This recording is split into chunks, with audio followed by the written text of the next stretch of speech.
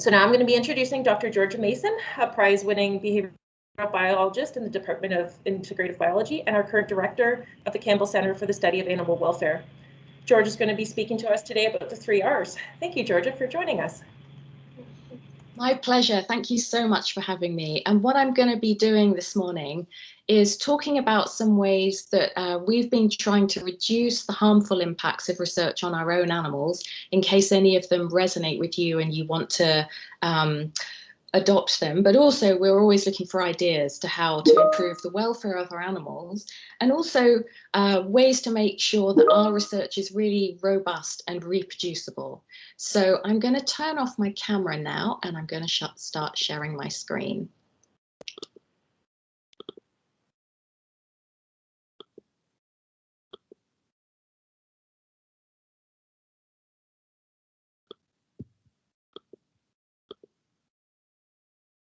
So I'm going to talk to you about some ways to apply the classic 3 Rs and also to improve a 4th one.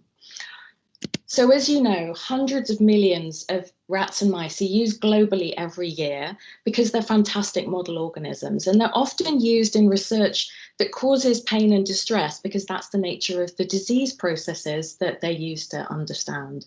And in our lab, we started using mice for similar reasons. They're just a great model animal, though we're interested in understanding housing effects on welfare rather than having a biomedical perspective. Now, I mentioned the 3 Rs. I'm sure they're familiar to all of you, but just to recap, the 3 Rs were introduced by Russell and Birch in 1959 in their classic book aimed at improving the humaneness of animal research. And the 3 Rs are replace, reduce, and refine. And they're basically a cornerstone of good practice even today in laboratory animal use. And so the 3 Rs are advocated by the CCAC, and they're also promoted by a great centre in the UK called the National Centre for the Replacement, Refinement of Reduction of Animals in Research. But the 4th R is one that's recently been suggested as highly relevant to animal use by the CCAC and others, and that's reproducibility. And reproducibility or replicability is the ability of a study to generate findings that are robust and reproducible, such that if another lab repeats your study, they find the same results. Okay, so I'm going to start with the conventional 3 Rs first. So replacement is about not using animals at all if you don't have to. And this is the R that least appeals to animal researchers because our expertise and training centers on animal use, and we can't easily retrain to work with organelles on a chip or to become mathematical modelers. Nevertheless, I want to suggest something that maybe animal researchers can adapt to and that involves using fewer animals, and that's using meta-analyses in which one data mines and synthesizes results from other published work. And I think this is quite an accessible way for us to get more benefit from animal research without using more animals. And it's something that animal researchers can do because their expertise can help them interpret the very papers they're synthesizing. So exploring meta-analysis as a research tool has a number of benefits. An obvious one is replacing animal use with data use, but seeking robust patterns across the literature is a great response to the replication crisis. Two bonus features are it costs hardly any money. All you need is a clever person and a computer, and it's pandemic proof. In case you think this is a bit frightening, I sympathize, but I would really like to recommend a fantastic course on meta-analysis run by 2 profs from population medicine, Jan Sargent and Olaf Burke. And one of my PhD students did this last winter remotely and just found it really fantastic. And she used the skills she learned in this course to look at some of the effects of conventional cages where animals are supplied with bedding, shelter and nesting if they're lucky and in Canada, or sometimes just with bedding, as in these cages.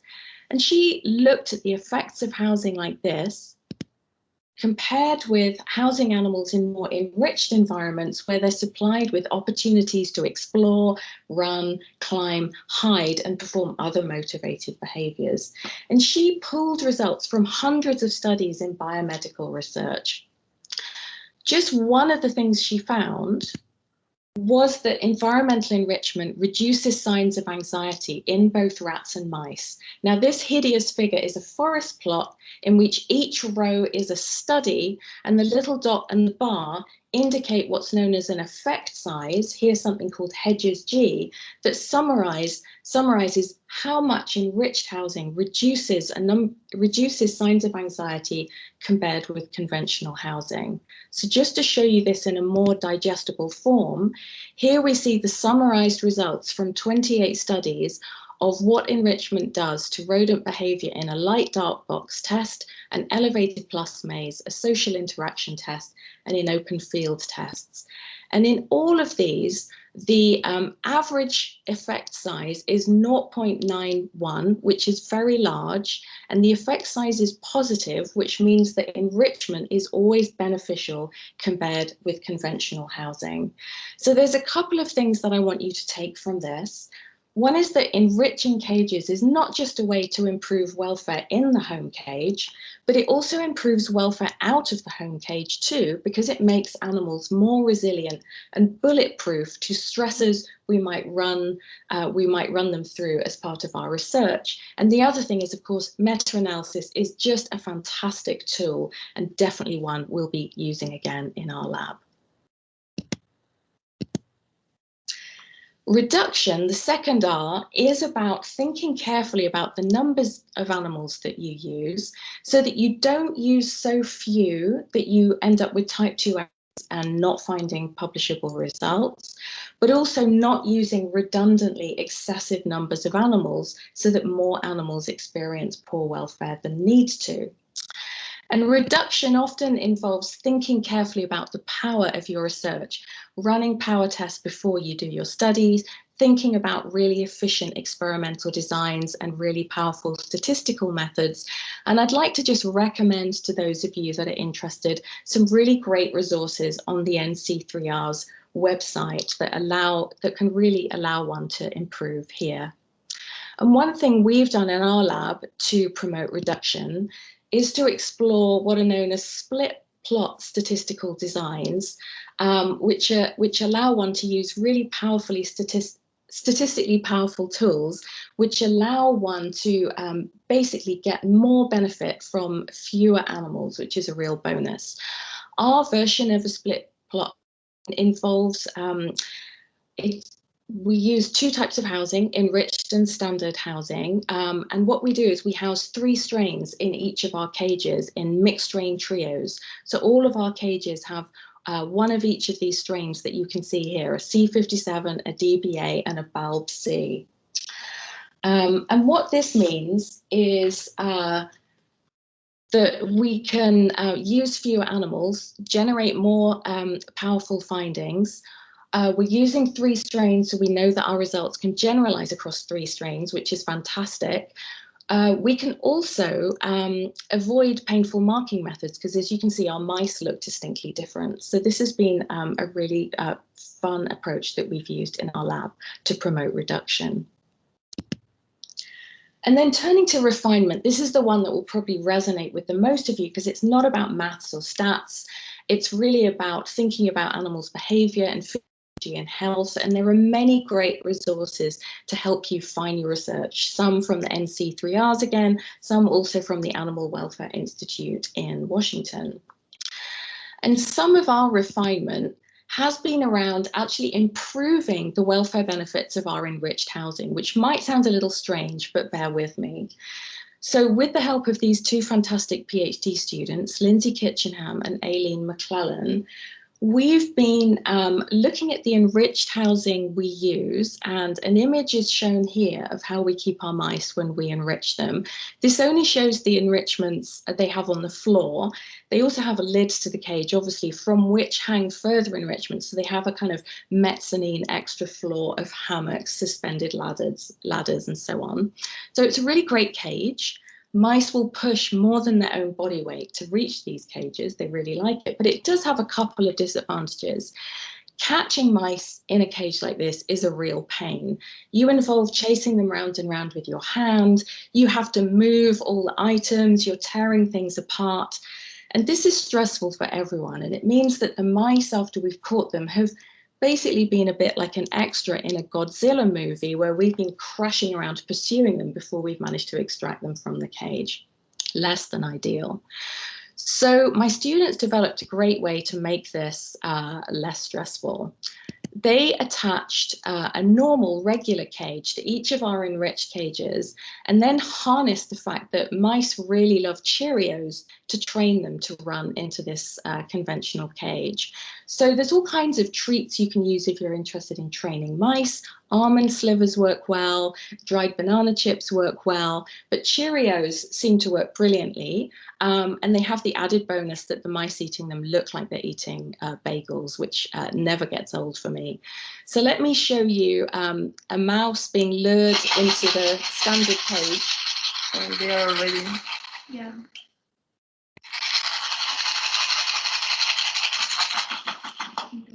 Oh, yeah.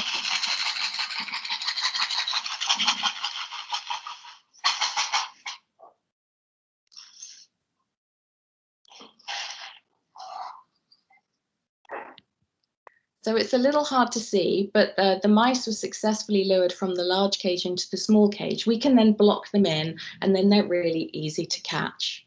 And mice will learn to do this in about a week. The other refinement we've implemented around the use of our enriched cages is one revolving around the challenge of keeping male mice.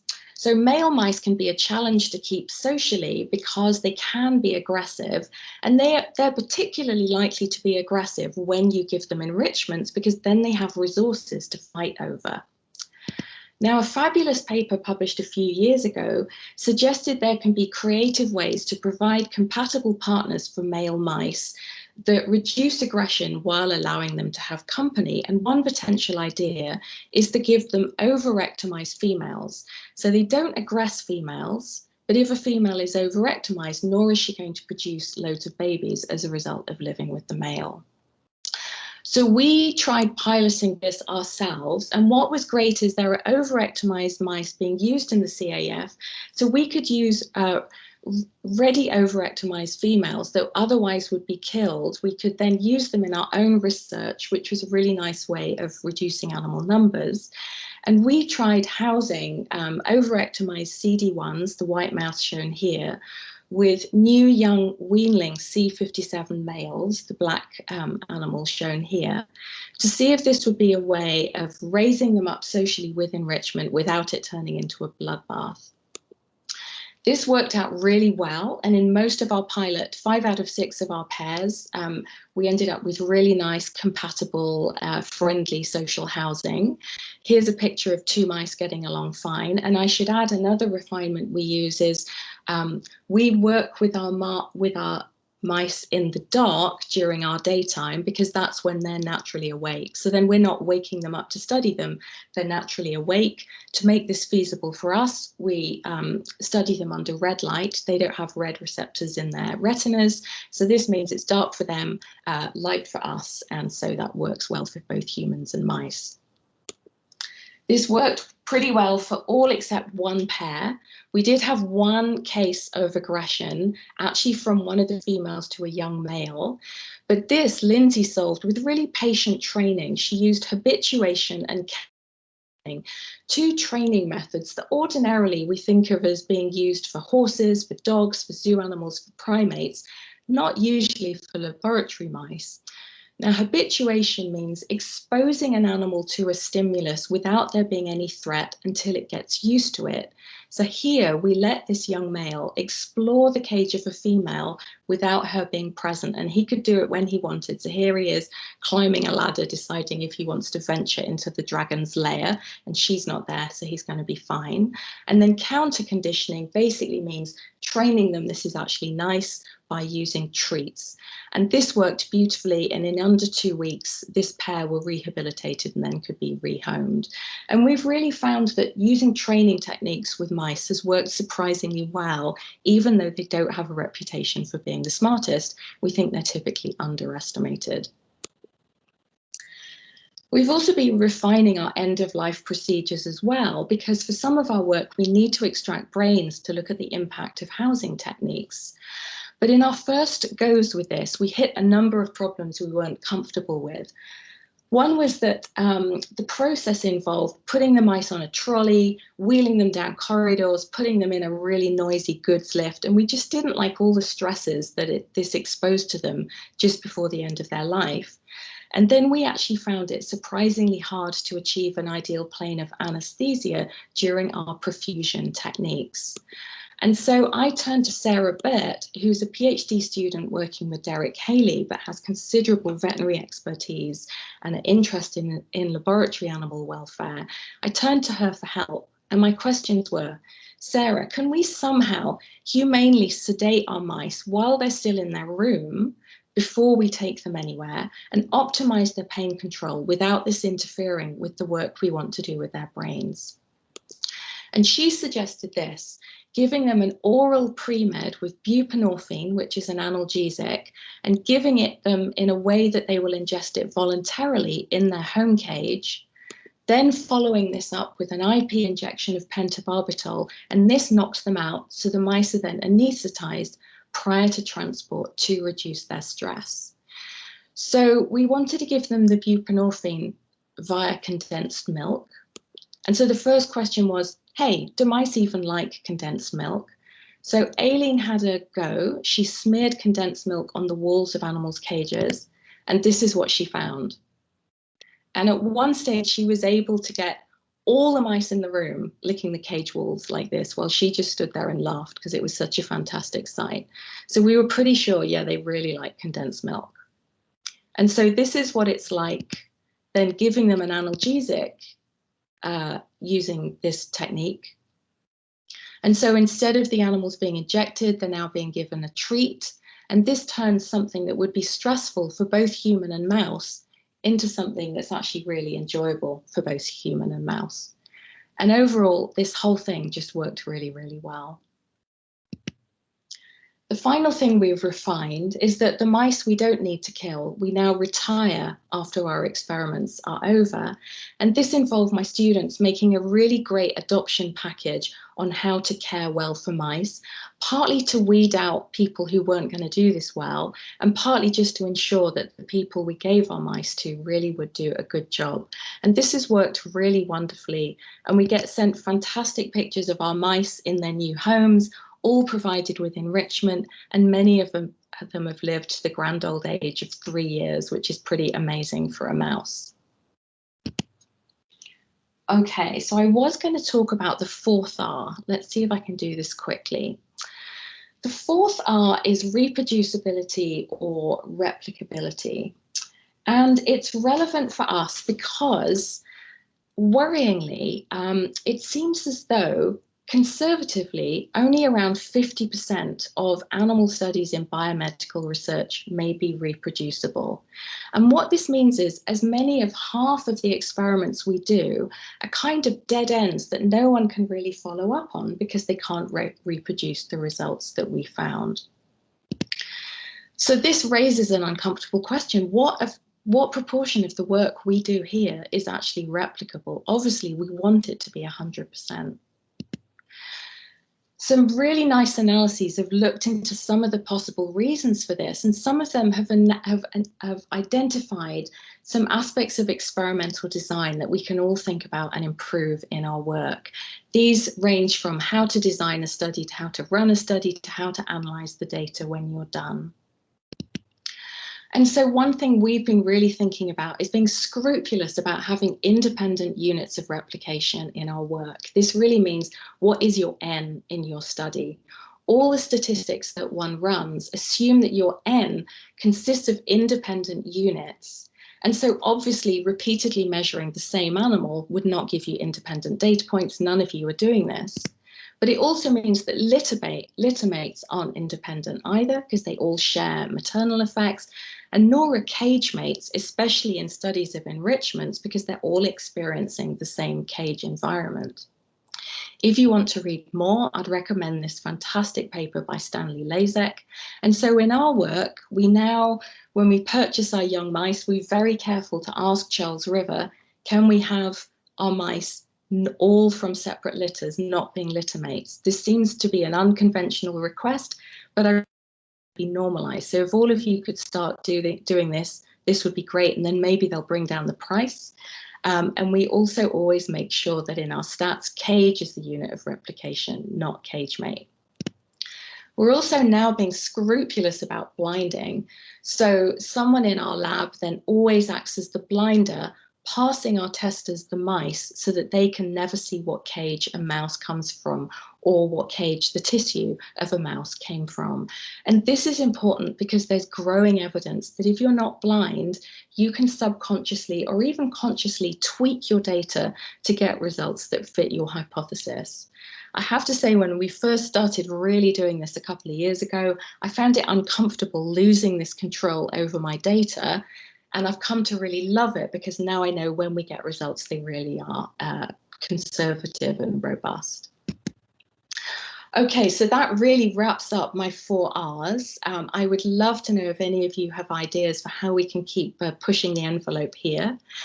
And obviously the 4 R's aren't the only thing that we want to talk about here. One is just our gratitude to animals. And so another thing we've started doing in my lab is just thanking our animals in our papers. So all of our papers now end with an acknowledgement to the research subjects themselves, and all our talks as well always end with a thank you to the animal, because we're building our career on these animals and we really are grateful to them.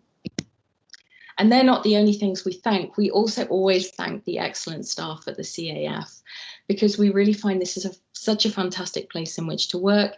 Every crazy idea we've had, from sedating animals in their home cage to adopting them out afterwards, we've had such support and such sensible ideas for how to do this well that we really are grateful to you as well.